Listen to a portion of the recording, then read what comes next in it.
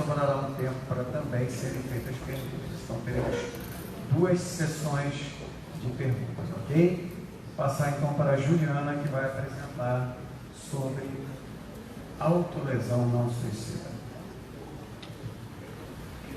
Muito bem, queridos. Todos bem? Então, vamos começar. Eu vou tentar utilizar o tempo ao máximo. E aí vocês podem anotar as dúvidas, porque eu vou tentar passar bastante conteúdo para vocês. Pode passar. Aqui aparece como autolesão suicida. Aqui aparece como autolesão suicida porque a gente tem uma grande controvérsia sobre a nomeação que a gente dá para aquele comportamento de pequenas ou médias lesões na pele.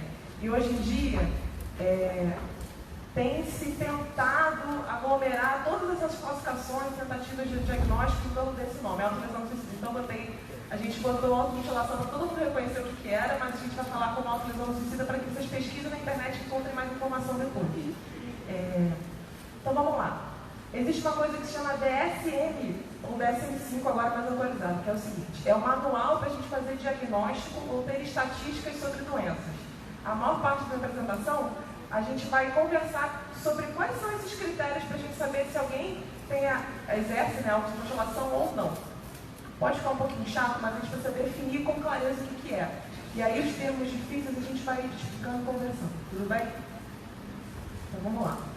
Então, para eu pensar se uma pessoa faz autolesão ou não. No último ano, o indivíduo se engajou em 5 ou mais dias em dano intencional auto-infligido à superfície do seu corpo. Então, a pessoa fez intencionalmente. Ela decidiu fazer isso. Então, não é um comportamento involuntário, a pessoa não sabe o que está fazendo, ou está muito, a gente chama de dissociação. Às vezes ela não se reconhece, vê do lado de fora, ela sabe o que está fazendo. Ela escolheu fazer aquilo. E é um dano auto-infligido, então é sempre sobre fazer em si mesmo. Provavelmente, induzir o sangramento ou não. Contusão ou dor. Então, se cortar, queimar, fincar alguma coisa na pele, bater, esfregar excessivamente até causar um dano na pele. Com a expectativa de que a lesão levará somente a um dano físico menor ou moderado, ou seja, não há intenção de se matar. Se a gente percebe que a pessoa está se machucando com a intenção de se matar, já não é autolesão suicida, aí já é o tema do Marcelo. É importante separar. Então, a ausência de intenção suicida foi declarada pelo indivíduo ou pode ser inferida. Então, assim, não somente a pessoa vai dizer, eu fiz isso, mas eu não queria me matar. Às vezes a gente percebe que ela faz muitas vezes e que ela não faz forte o suficiente ou em áreas que fatalmente levariam ao suicídio. Então, a gente pode inferir de que ela está passando por isso. Outro critério. O indivíduo se engaja em comportamento de autolesão com uma ou mais das seguintes expectativas. Então, se a pessoa está se machucando, quais são essas expectativas dela? Tem que ser pelo menos 2 delas, dessas aqui. Obter alívio de um estado de sentimento ou de cognição negativa. Então, a pessoa está se sentindo angustiada, está tendo sentimentos muito pesados, tristeza, muita ansiedade, angústia, e ela sente que durante aquela lesão na pele, aquilo passa, ou no momento que ela está fazendo, ou logo depois. Então, é uma intenção de alívio emocional ou de pensamentos muito perturbadores, pensamentos de eu não sou nada, eu não valho nada, a vida é terrível, e quando ela se machuca, aquilo por algum instante é aliviado, não é fácil. Outra intenção, resolver uma dificuldade interpessoal. Esse tópico aqui, a gente, quando vai pesquisar artigos sobre o tema, a gente vê que tem muitos questionamentos sobre isso. Então, algumas pessoas, alguns pesquisadores vão dizer assim, não, essa ideia aqui de resolver uma dificuldade interpessoal quase nunca acontece. Outros falam que é em último caso, ou só para crianças muito novinhas.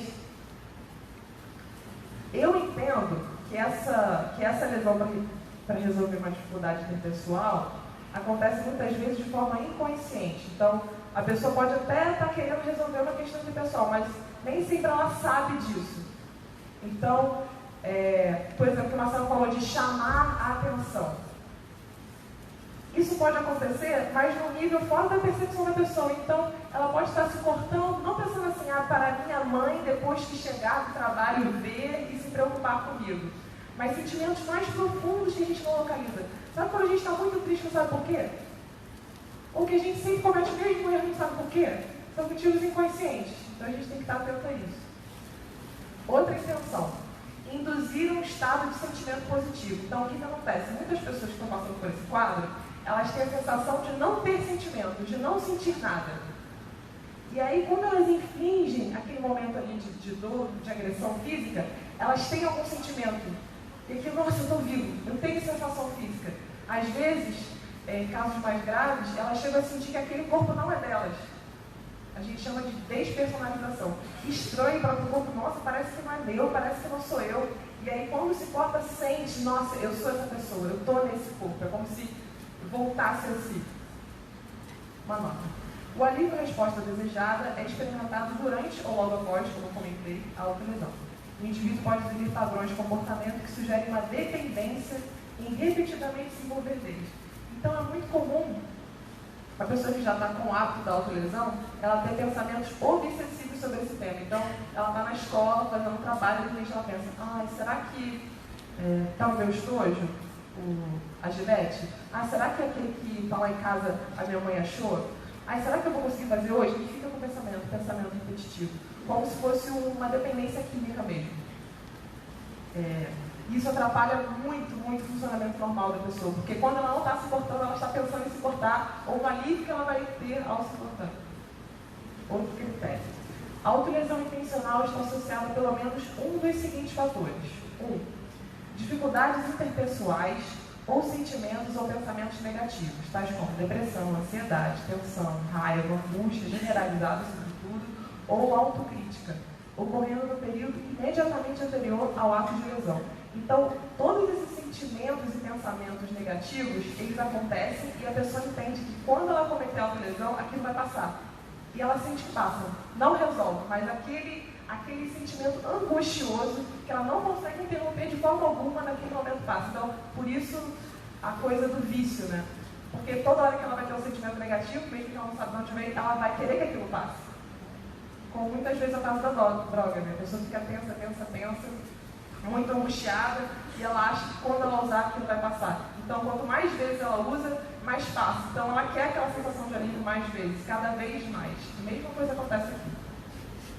Então, pensar na autolesão que ocorre frequentemente, mesmo quando não é praticada, que é o que eu comentei. Então, ou como uma preocupação, ou como pensamentos recorrentes. Então, a gente pode falar de pensamentos obsessivos, que ficam se repetindo, e atos compulsivos, cortar-se compulsivamente. Estou falando muito rápido? Não. O comportamento não é socialmente aprovado. Então, por exemplo, a gente tem excluído aqui o piercing, a tatuagem. Algumas religiões têm certos processos de autolesão na pele como uma forma de identificação. A autolesão suicida, que é um transtorno psiquiátrico, está fora dessas questões que são socialmente aceitas. E o comportamento e suas consequências causam sofrimento significativo e interferência no funcionamento da pessoa. É muito importante a gente separar essas questões, porque senão a gente vai querer rotular todo mundo de doente.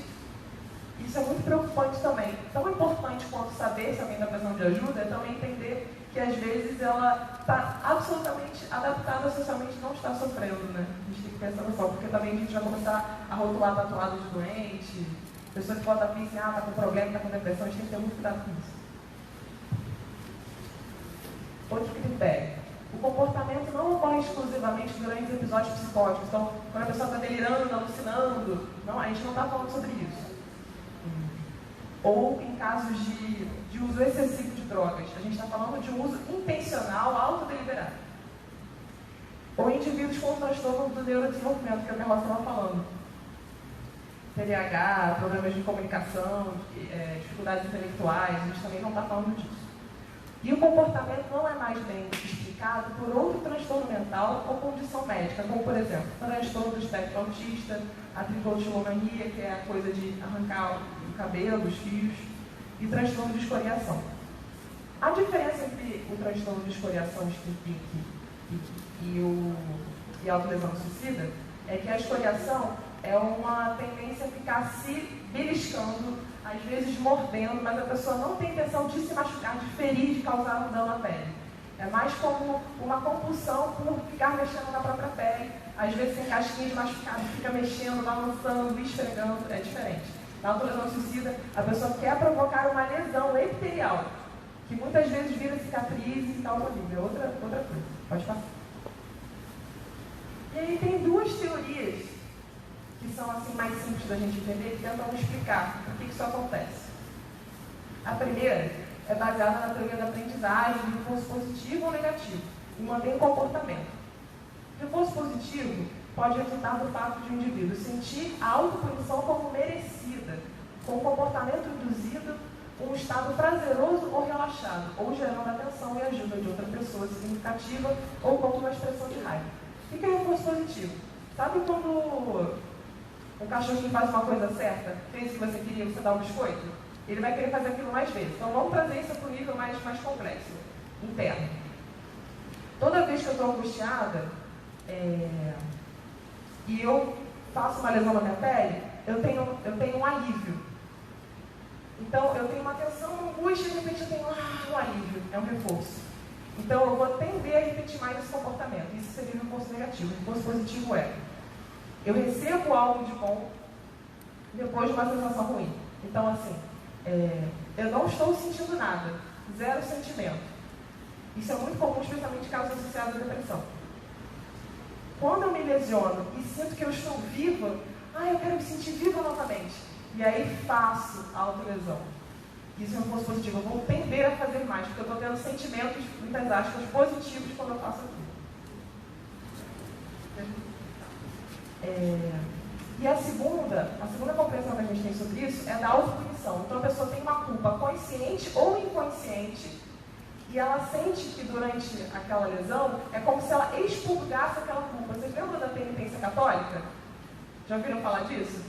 Então, para pagar os meus pecados, exatamente, a coisa do chicote, a coisa do apertar a perna com aquelas ferramentas metálicas. Então, para eu me libertar da minha consciência de culpa, eu me lesiono de forma inconsciente. A pessoa não percebe que está fazendo isso. E a Joana fala muito disso. Pode passar.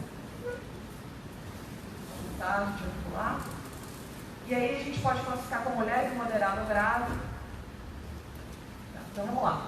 Fatores de risco e vulnerabilidade. As pessoas que sumiu. Anteriores, então, qual o contexto interno que a pessoa geralmente apresenta? Pode deixar. Dá para ler. Intensa reatividade emocional e cognitiva. Então, a gente sente, alguém terminou um namoro com a gente sentiu angústia, a gente ouviu um palavrão, alguém falou mal da gente sente assim. As pessoas que têm essa vulnerabilidade, elas sentem 2, 3, 4, 5 vezes mais. Então, elas têm uma intensa reatividade do que acontece em volta. Elas são mais sensíveis, digamos assim. É comum também a questão de maus tratos e abuso na infância. Questões intrapessoais, grandes emoções e pensamentos agressivos, que é o que elas tentam se livrar. Geralmente tem pobre tolerância a angústias. Então, muito difícil suportar a angústia. Precisa acabar com aquilo de forma rápida. E fatores interpessoais. Habilidade de comunicação pobre e resolução de problemas sociais pobres. Isso é muito importante a gente falar, porque isso são questões que podem ser trabalhadas na evangelização. Como que eu uso o espiritismo para melhorar a minha capacidade de solução de problemas? Sejam elas emoções aversivas internas enormes ou resoluções de problemas externos. Como que eu pego o espiritismo, então, como algo prático que eu posso fazer, realizar e tomar escolhas que me causem mais saúde, provoquem mais harmonia? A gente precisa trazer e trabalhar isso. Eu ia falar um pouco sobre a diferença entre autolesão suicida e o transtorno de personalidade borderline, mas fica para vocês pesquisarem em casa. E aí eu peguei... Coisa chata.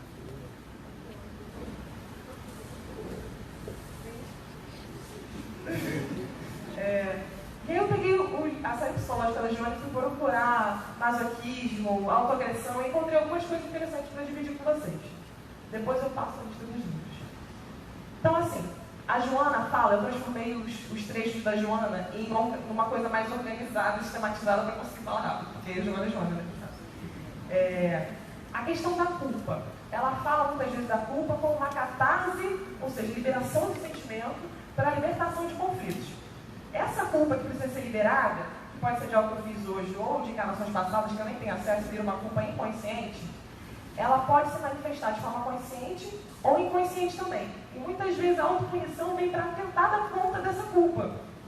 Só que a questão é, e se essa culpa não veio de algo que eu fiz hoje? De algo que eu fiz na encarnação muito lá atrás? E aí, como é que faz?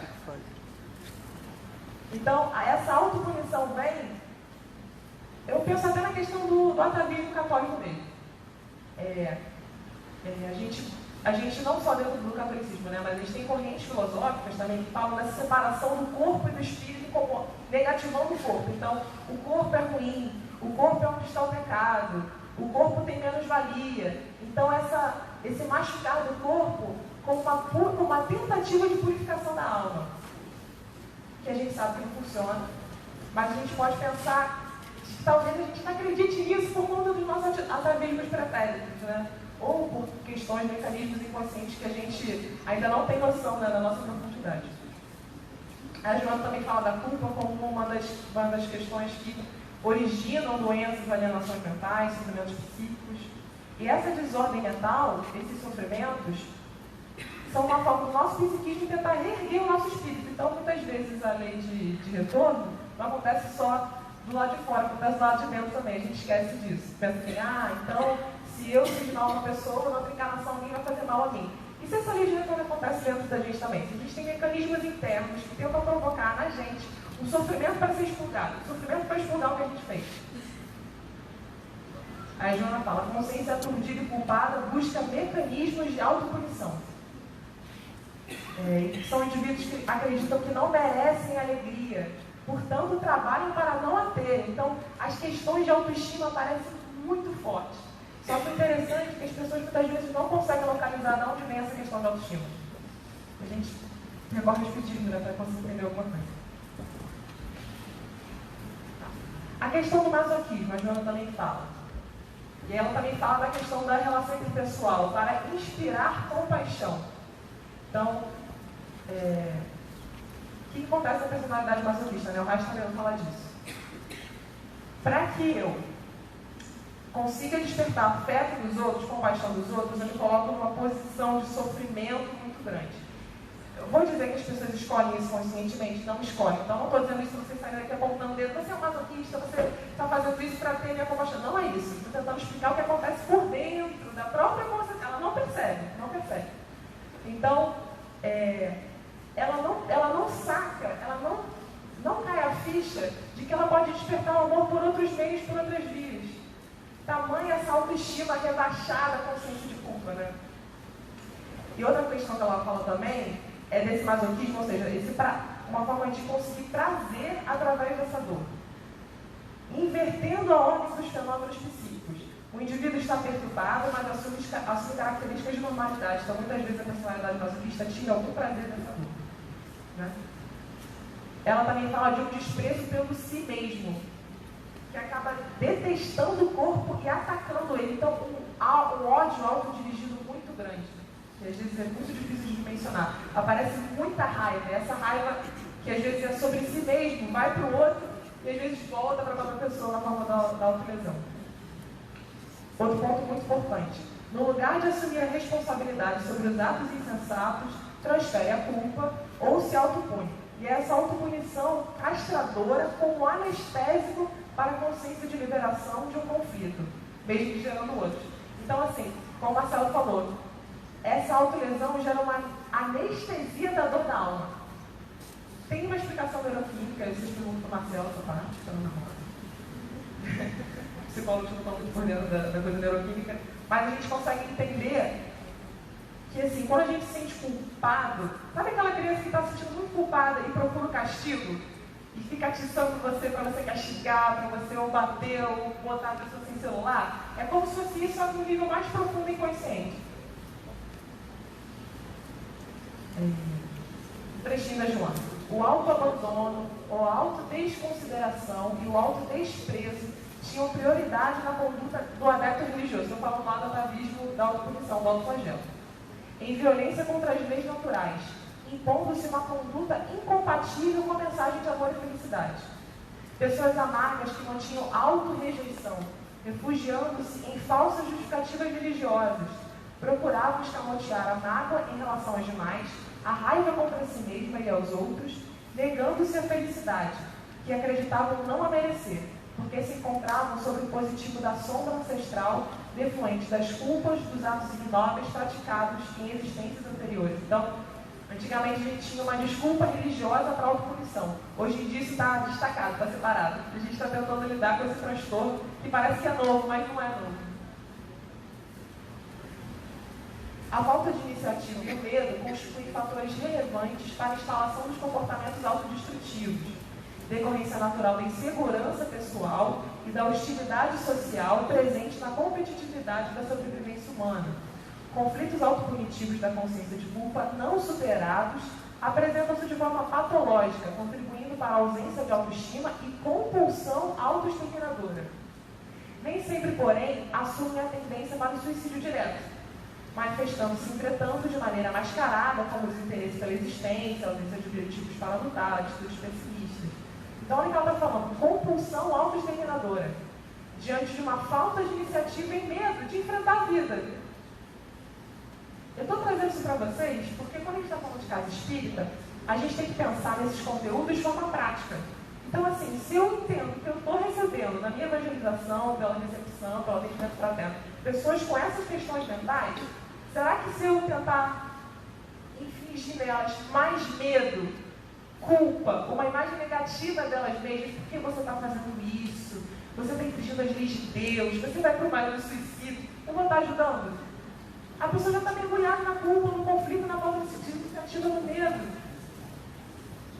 A gente tem que pensar muito sobre isso. Como parar essa compulsão autoexterminadora, se não pelo desenvolvimento do auto-amor, do amor ao próximo, da iniciativa e da capacidade de enfrentamento, habilidade de resolver problemas, habilidade de administrar sentimentos. A gente precisa trazer a doutrina espírita para a prática. Como que a doutrina espírita pode me ajudar a fazer isso? Ajuda muito. Só que a gente precisa conversar sobre isso, né? Trabalhar essas questões de forma direta e escutar muito, escutar mais do que falar às vezes. Então, qualquer tentativa de autopunição deverá ser substituída pela aquisição da autoestima e da boa orientação para o logro da saúde mental e comportamental. Face, porém, a qualquer tentação de transferir culpa para outrem, cabe a luta para assumir a coragem da responsabilidade sem conflito. Olha isso, responsabilidade sem conflito.